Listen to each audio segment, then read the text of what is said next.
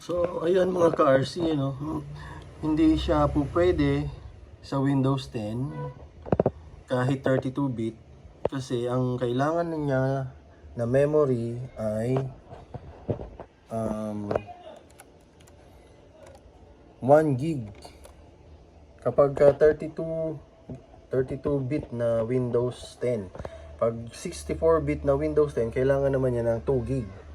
So, ito ang memory nito ay 512 plus 2 MB, 700 MB lang. So, kulang pa ng 300 MB para magiging 1 gig. So, kailangan natin i-upgrade.